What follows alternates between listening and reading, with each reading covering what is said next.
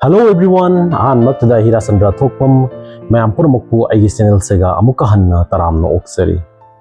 Ngasi ina poriba video kandina sidi kanagumba khogi yumjakeisa numit pokpa meeoi singni. Hariba yumjakeisa numit poiba meeoi singse makhoise Mercury haiba planet na makhoise rule tawri numit ki matung inna amam haraga khogi Buddha graha na makhoise rule tawri. Aduna hariba meeoi singsisu akogi kari haiba tare Buddha haiba se akogi khoina buddhi yam leiba ka haibro adugumado khoi aduni makhoise Buddha grahana rule tawe aduna asima meeoi singje yamna khogi ok leiba yam gyan leiba mi soi galle aduna khogi Hindu dharma da haiba taragade haiba khogi Wednesday natraga khoi yumjakeisa numit se akhogi Ganesh ki numit ni haina su sum khangnei ko aduna viewers sing ngasi aina haija doriba aikogi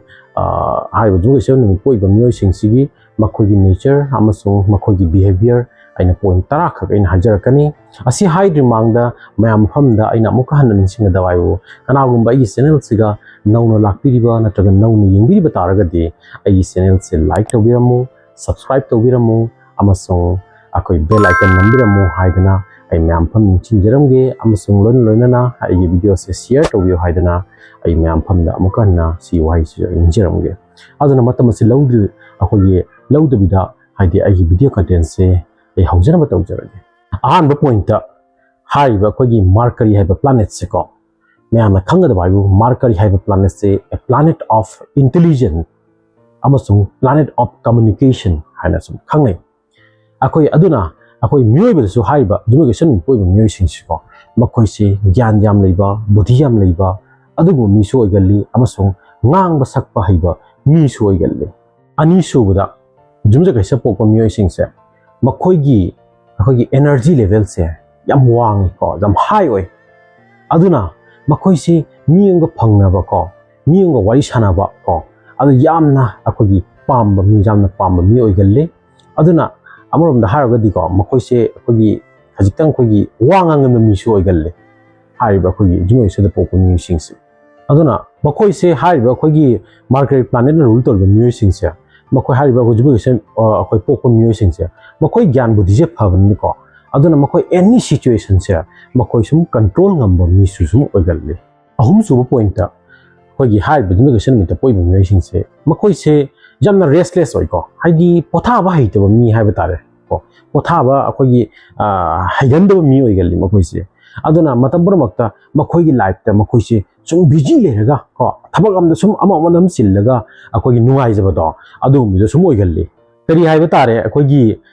mahomda akhogi sum akhogi leningdaba ko haidi makhoi position se sum change tawna sum lening ba haiba tare tangdu leitana mahomda leiba pamda mioi aduna isam samna isum example om pijarake mayam khangnaba ko haidi makhoina akhogi business ama tawba taraga su makhoina hek talakpa taraga di adu business am tokthokpa gumba natraga makhoina any company khangde any profession the private job ta leiba khangde adu company da sum suraga makhoina kari makhoi mamon chadaba oirakpa matamda ko makhoi se adu company da isum resign tawraga akhogi atopa company da sum chongba adu mi so igalle de amarom da isam samna haraga di aina sum uphangjebada makhoi se ko akhogi thabak ma hobutamda ko damna mathau man ba haitare ko mine ka umatamda as mana tawiba thabak sidi mai pakadam mali he ma tawiba horari mongse haiba mine di ubada sa law umatamda yamna khogi mong ta ba haitare adugu moina karigumba tawiba thabak to ga hamba phadan tawmaga kona makhoi hek kandra pumatamda ko adugi thabak to mochum tokthokani akhogi adu tokthokwa haiba tare aduna haiba akhogi yumjakeisa pokpa meeoi singse asigo potse aina sum khara u phangjai haidi potse haidi makhoi se khoi mahom da tangdu leitana leningdaba poramda akhogi settle akhogi settle oina leningdaba se mase permanent oina leningdaba se mase asuma aina u phangjai na aina sum hajanengi ahum so point ta mari suba point ta akhogi yumjakeisa pokpa meeoi singse aina sum ujarapada makhoi se akhogi yamna akhogi kari haiba tare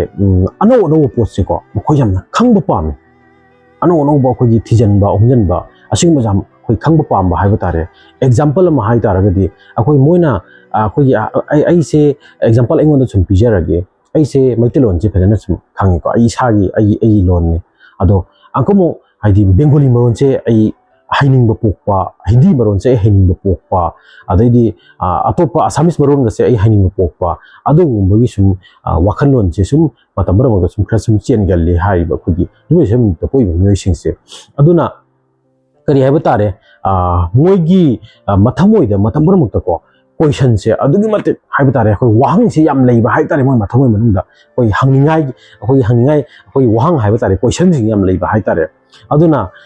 khoi moi ga loinari ba matang moi ga loinari myoi sing si ko haidi makhoina asigumba question mo hang se ko hari ba khoi juma kaisa pokpa myoi sing si moi question ne mo hang se ga ma ga loinari mi bokta haidi question ma gi answer do khumba ngamda matang sum yauri ase makhoi gi sum hai ba jum da kaisa pung da poi myoi sing se ase makhoi gi nature ni ha ba tare khangning ba khotning ba asigumba thijan ba hungen ma se makhoi pamja wa mi adum mi oi hai ba tare number mari suba point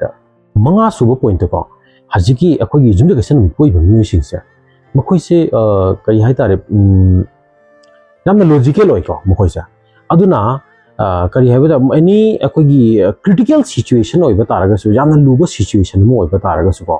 makhoi se akoi analyze to kan ba mi ai ba tare ko problem se kamaina solve oi kani sigi jam duruba akoi gi tangkak siga ai kamain to na haidi po se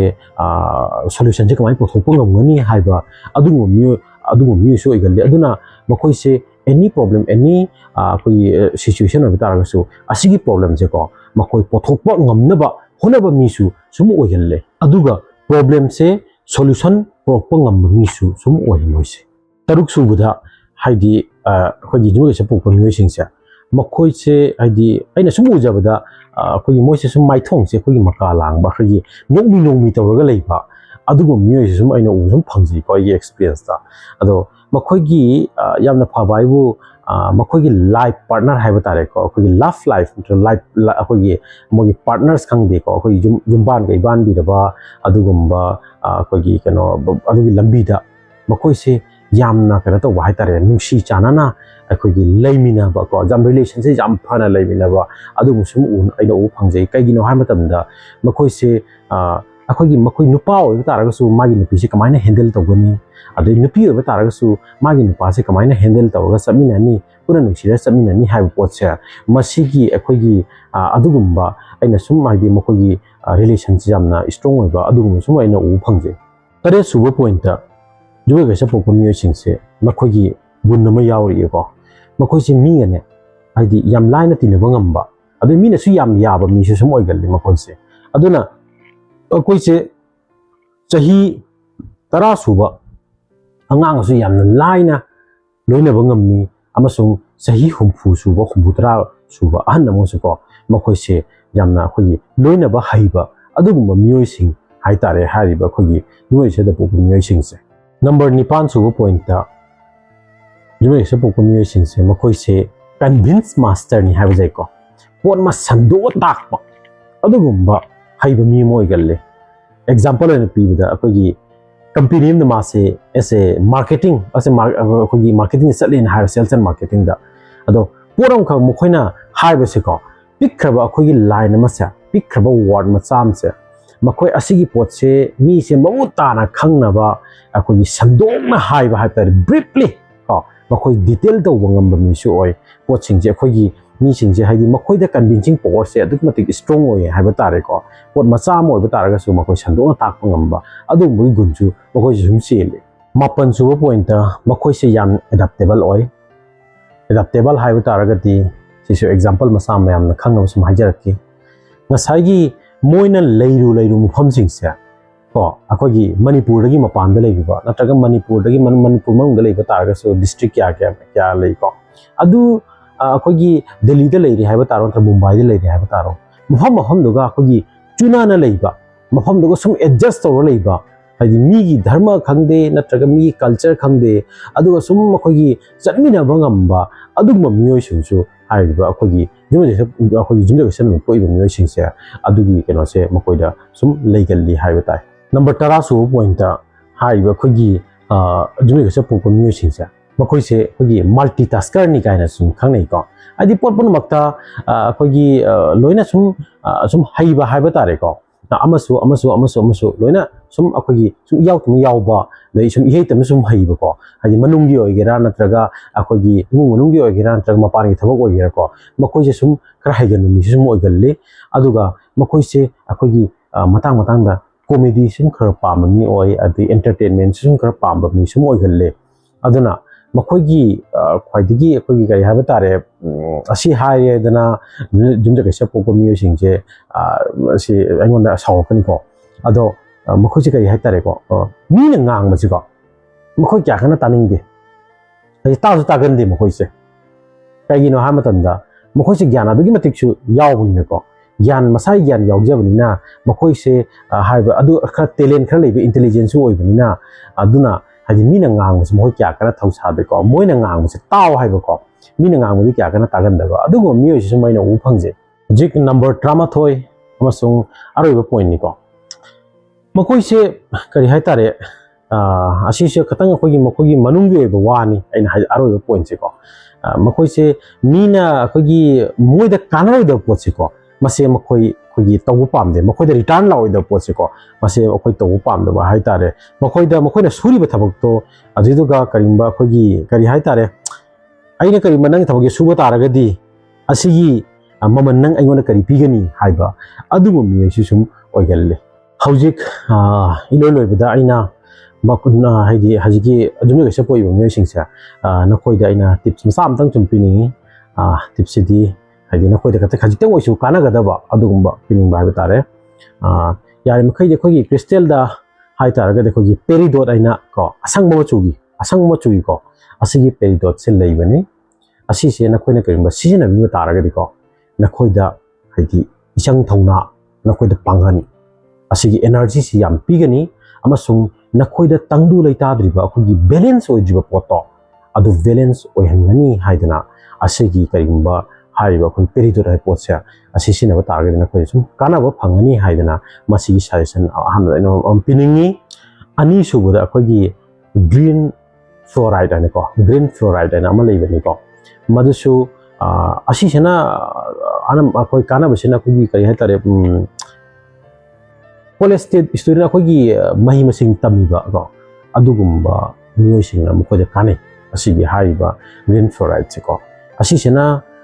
makoigi mentally keno se amne strong hen bai ba tare ko mentally se strong helle amasung makoida ai haksang da kari manung da sing da pot ba lei na ko masi pot nyam se magna ai nung da sing da pot nyam se mana akoi reduce to hon bai ba tare ko amasung masagi immunity se ko boost to holle ko asigi high ba akoi gi hajiki green fluoride haiba asigi no se crystal se asi maru oina akoi student sing da ina sigi stone simadi natra crystal simadi ai sima suggest tawni aduna viewers sing nasi aina semjari ba video kon nase mayam da khaji chana iba taragadi ai comment section thambiramu adu mathangda ai akhoi gi Thursday mit pokpa ko akhoi gi sangoji mit pokpa meeoi singi ai amuka nei pujarake adu matang asida ngasi gi di ai question jirage haidana mayam pampunamakta aina haijari thank you